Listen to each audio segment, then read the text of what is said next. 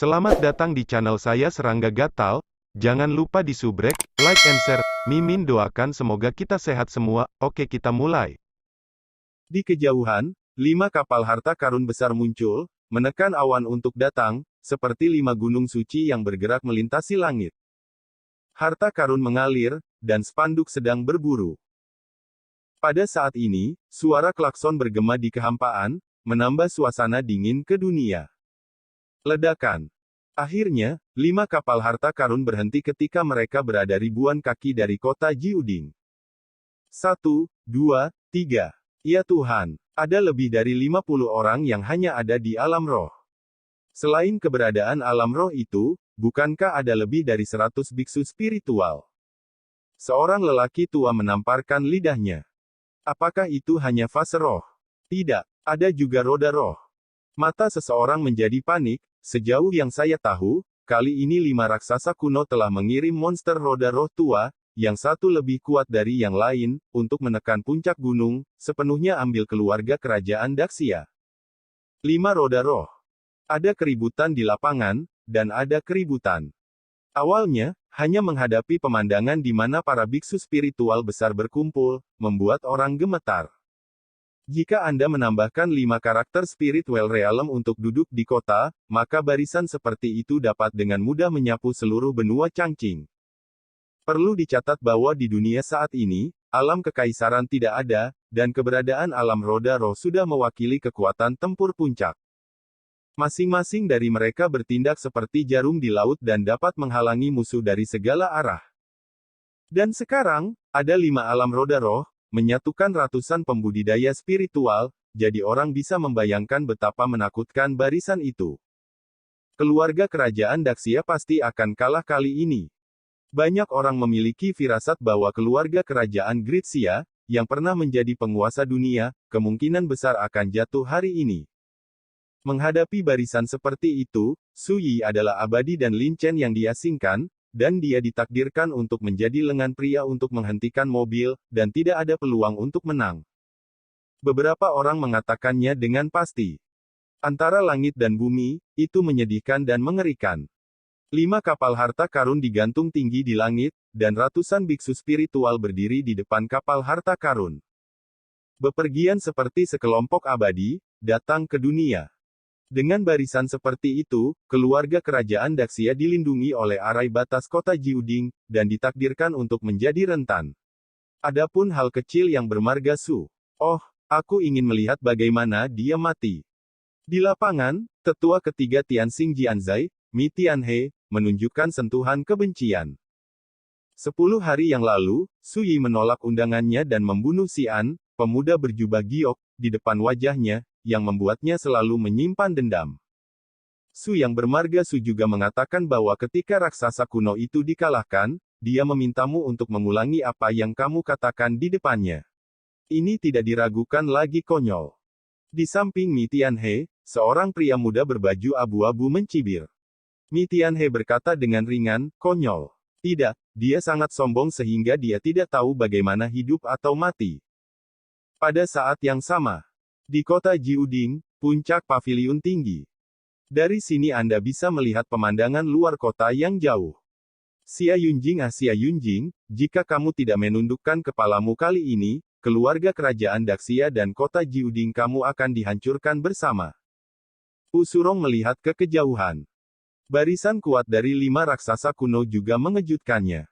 Namun, semakin ini masalahnya, semakin yakin dia bahwa Xia Yunjing kemungkinan besar tidak akan mampu menahan tekanan seperti itu dan memilih untuk tunduk pada dirinya sendiri. Biarkan putri Xia Qingyuan pergi bersamanya.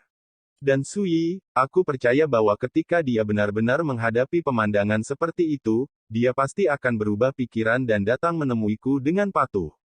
Karena hanya aku yang bisa menyelamatkan nyawanya. Pu Surong mengatakan ini, sedikit kebanggaan muncul di bibirnya. Pada saat ini, Aleng bergegas kembali. Pu Surong segar kembali dan berkata, bagaimana? Aleng berkata dengan wajah muram, orang itu Xia Yunjing mengatakan bahwa kota Jiuding tidak akan jatuh, dan keluarga kerajaan Daxia tidak akan menderita. Jangan biarkan dia menundukkan kepalanya. Suara itu bingung, saya bertanya-tanya, apakah orang ini gila? Jangan melihat situasi saat ini, seberapa seriusnya. Apakah Anda harus bunuh diri? Pu Surong tercengang, Xia Yunjing sebenarnya menolak. Dia juga tidak menyangka bahwa Xia Yunjing akan menolak kondisinya ketika dia telah mencapai titik kelelahan dan bencana seperti itu. Menghentikan pikirannya, Pu Surong berkata, apa yang Sui katakan? Ketika Sui disebutkan, pipi tampan Ah Leng penuh dengan niat membunuh dan kemarahan, dan dia mengertakkan gigi dan berkata, orang ini berkata, biarkan aku keluar. Dia menggosok hidungnya dengan marah, dan berkata, jika bukan karena saudara perempuan saya, Anda tidak akan membiarkan saya melakukannya, saya akan membunuh Su itu. Wajahnya yang bermartabat dan cantik juga sedikit menjadi gelap, matanya dipenuhi amarah, Sui ini benar-benar terlalu mengabaikan pujian. Mengambil napas dalam-dalam, Pu Surong berkata, kalau begitu menurut rencana kami sebelumnya, ketika keluarga kerajaan Daxia dihancurkan, kami akan mengambil tindakan dan membawa pergi King Yuan. Ah Leng mengangguk, dan kemudian berkata dengan sedih, saya masih merasa sangat tidak senang ketika saya berpikir bahwa Sui akan mati di tangan orang lain nanti. Pu Surong tidak bisa menahan senyum dan berkata, dia adalah orang yang sekarat, mengapa kamu harus marah padanya? Berbicara tentang ini, dia sepertinya menyadari sesuatu, matanya sedikit menyipit, dan dia melihat keluar kota. Di luar kota Jiuding, seorang lelaki tua kurus melangkah keluar dari kapal harta karun milik klan Huan Iblis. Pada saat ini, para penonton terdiam. Para pembudidaya yang hadir merasakan depresi yang tak terlukiskan, dan ekspresi mereka segera berubah. Huan Tiansu. Meskipun Huan Tiansu jarang berjalan di dunia, bagi para biksu di dunia, tampaknya roda roh seperti itu ada, siapa yang tidak bisa memperhatikan.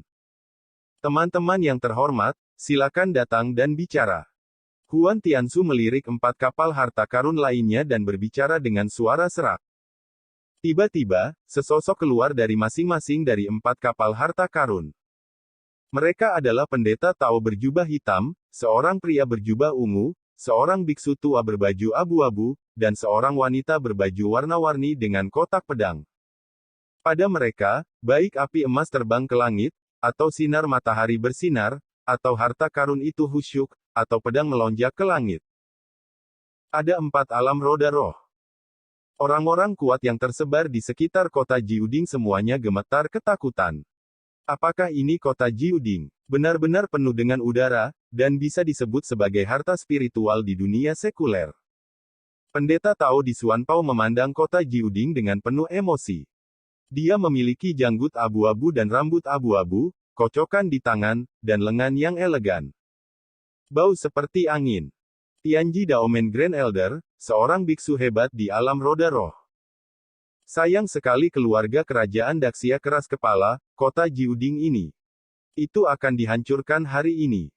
Pria berjubah ungu membuka mulutnya dengan acuh tak acuh, suaranya seperti guntur yang menggelegar, dan itu mengguncang kekosongan dengan raungan. Sue Moning. Satu-satunya pembudidaya yang tersisa dari kultus Fenyang. Biksu tua berbaju abu-abu melipat kedua tangannya dan tampak simpatik. Nama biksu tua itu adalah Cheng Yun, dari kuil Zen Jingkong. Jika keluarga kerajaan Daxia mau menyerah, mengapa menunggu sampai sekarang?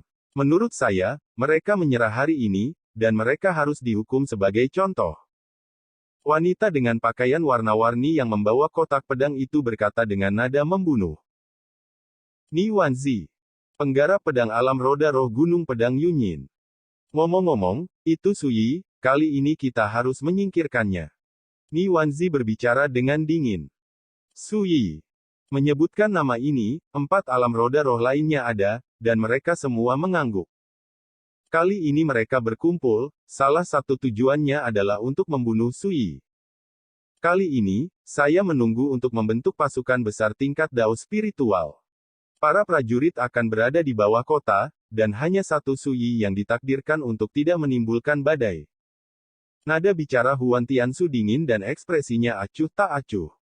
Senior, jika Suyi muncul, izinkan aku bertarung dengannya sendirian.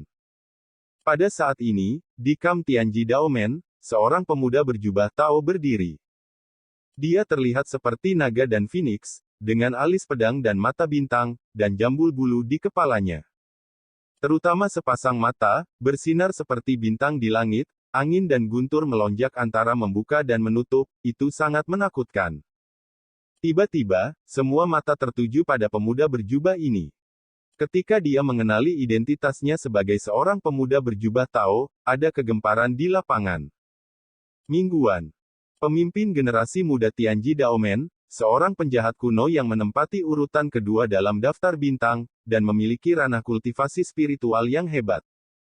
Menurut legenda, dia diberkahi dengan bakat luar biasa, lahir dengan sepasang, Lei Gang Huo Tong, menguasai semua jenis teknik rahasia menakutkan yang misterius dan tak terduga, dan seorang Tao, cukup untuk melintasi perbatasan untuk membunuh keberadaan roh. Faktanya, 5 karakter teratas dalam daftar bintang semuanya adalah pelaku kejahatan di antara pelaku kejahatan. Zhouzi peringkat kedua tidak diragukan lagi kuat. Apa yang kalian pikirkan? Wen Rufeng dari Tianji Daomen tersenyum dan berkata.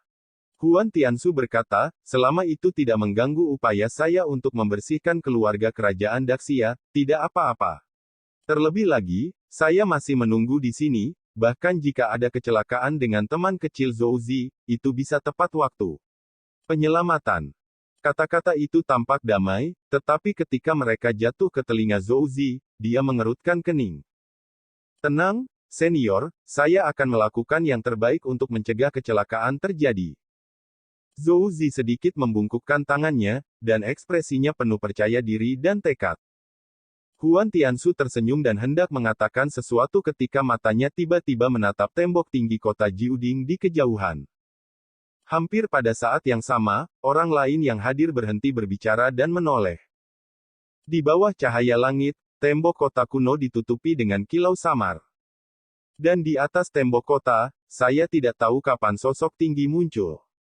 Dengan jubah hijau, dia keluar dari debu sendirian. Berdiri di sana, seperti peri di langit yang menghadap ke dunia. Suyi. Ketika mereka melihat sosok tinggi di atas tembok kota, banyak biksu di tempat kejadian mengenali identitasnya. Untuk sementara, ada keributan di lapangan, dan ada diskusi. Orang ini sangat berani, dia tidak melarikan diri. Banyak yang terkejut. Jadi dia adalah Suyi. Seseorang menghela nafas. Ini adalah pertama kalinya sebagian besar penonton melihat wajah asli Suyi, jadi mereka hampir tidak percaya bahwa pemuda seperti itu akan menjadi sosok legendaris yang mempesona dalam rumor. Semangat Suyi masih sama seperti sebelumnya. Pada saat ini, Zheng Pu hanya bisa menghela nafas.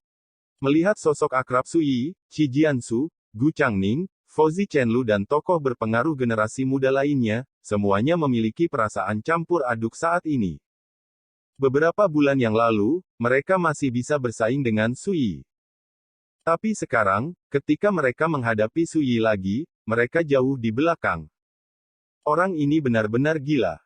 Di loteng di kota Jiuding, Pu Surong mau tidak mau membuka matanya, dia tidak bisa membayangkan bagaimana Suyi berani muncul dalam situasi seperti itu. Apakah Xia Yunjing berencana membiarkan Suyi mati sendirian? Alan tidak percaya. Mungkin, keluarga kerajaan Daxia semua bertaruh pada Suyi untuk harapan kemenangan mereka. Ruo Huan menarik napas dalam-dalam dan berkata. Absurd. Aleng mencibir tanpa basa-basi. Ruo Huan berkata lembut, jangan lupa, Suyi juga bisa menggunakan Jiuding Arai untuk ratu. Seringai Aleng membeku. Dia ingat bahwa ketika dia masuk ke Gunung Tianmang 10 hari yang lalu, dia dibunuh dan melarikan diri oleh Suyi, yang memanipulasi arai batas kota Jiuding. Kalau begitu lihat apakah dia Suyi bisa membalikkan keadaan. Pu Surong berbicara dengan tenang. Pada saat yang sama, di Gunung Tianmang. Wen Xinzhao, Han Yan Zhenren dan Qing Ya semuanya menetap di samping Xia Huang. Pada saat ini, di depan mereka, tirai tipis yang dibentuk oleh kekuatan arai batas kota Jiuding muncul di udara. Di tirai tipis, pemandangan di luar kota terpantul dengan jelas. Orang-orang itu pasti mengira aku Xia Yunjing gila. Xia Huang bergumam pada dirinya sendiri, matanya cerah. Berbicara tentang ini, dia memandang Wen Xinzhao dan berkata dengan hangat, Nona Xinzhao, apakah Anda khawatir tentang sesama Taoisu? Wen Xinzhao menggelengkan kepalanya tanpa ragu, jangan khawatir. Xia Huang tertawa, aku juga. Shen Yan Zhenren, Wang Jiu dan yang lainnya semuanya tampak rumit ketika mereka melihat ini. Mereka tidak bisa setenang dan percaya diri seperti Xia Huang dan Wen Xinzhao. Bagaimanapun, barisan pasukan kuno di luar kota itu terlalu menakutkan. Saudara Su tidak akan pernah kalah, dia juga tidak akan pernah. Kuncup terbuka dengan suara yang renyah. Dunia sedang dingin. Semua mata dari luar kota tertuju pada Su Yi yang berdiri di atas tembok kota. Di mana Xia Yunjing? Mengapa hanya mengirim benda kecil untuk mati? Tiba-tiba, Huan Tiansu mendengus dingin. Kekuatan arai batas kota Jiuding berjalan dengan cepat, yang menghalangi suara. Bahkan tanah di dekat tembok kota terguncang dengan retakan, seperti badai yang lewat. Banyak orang tampak ngeri. Ini adalah kengerian alam roda roh. Saya tidak menggunakan kekuatan magis, hanya mengandalkan suara untuk mengguncang dunia dan membuat gunung dan sungai tenggelam. Pernyataan Huan Tiansu sangat meremehkan Su Yi, menyebutnya remeh dan tidak menganggapnya serius. Su Yi mengeluarkan kendi dan menyesapnya, lalu berkata dengan acuh tak acuh, aku cukup untuk membunuh kalian. Suara itu tidak keras, tetapi jelas bergema di dunia. Ada napas terengah-engah di arena, dan saya tidak tahu berapa banyak orang yang terkejut. Dia ingin bertarung sendirian. Seseorang tergagap. Orang ini, apakah dia gila? Seseorang bergumam tidak masuk akal. Ada keributan di lapangan, tidak ada yang menyangka Su Yi akan pergi berperang melawan kekuatan raksasa kuno itu sendirian. Ini benar-benar gila dan di luar imajinasi orang. Aku tidak tahu harus berbuat apa, aku gila. Mi Tianhe mencibir. Saya tidak tahu berapa banyak orang yang memiliki pemikiran yang sama dengannya. Dan ketika saya mendengar kata-kata Su Yi, 5 pembangkit tenaga listrik kuno yang dipimpin oleh 5 keberadaan alam roda roh, Huan Tiansu, Wen Rufeng, Sue Moning, Cheng Yun, dan Ni Wanzi, semua tidak bisa menahan tawa. Tidak diragukan lagi mereka memperlakukannya sebagai lelucon. Su Yi, jangan khawatir, kamu akan mati hari ini. Sue Moning, yang mengenakan jubah ungu, berbicara dengan acuh tak acuh. Sebagai penatua tertinggi Sekte Fenyang, Sue Moning saat ini mewakili kehendak Sekte Fenyang. Oh, kamu juga berpikir begitu.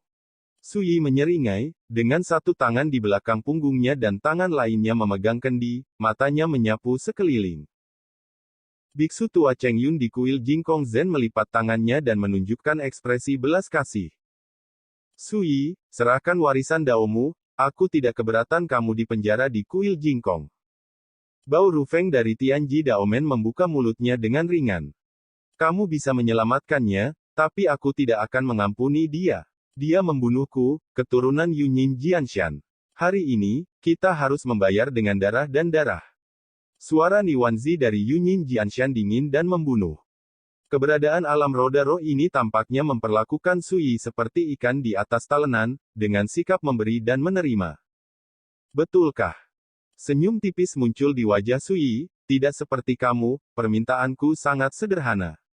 Hari ini, kamu sebaiknya memiliki sedikit tulang punggung, jangan lari. Begitu kata-kata ini keluar, seluruh tempat menjadi sunyi.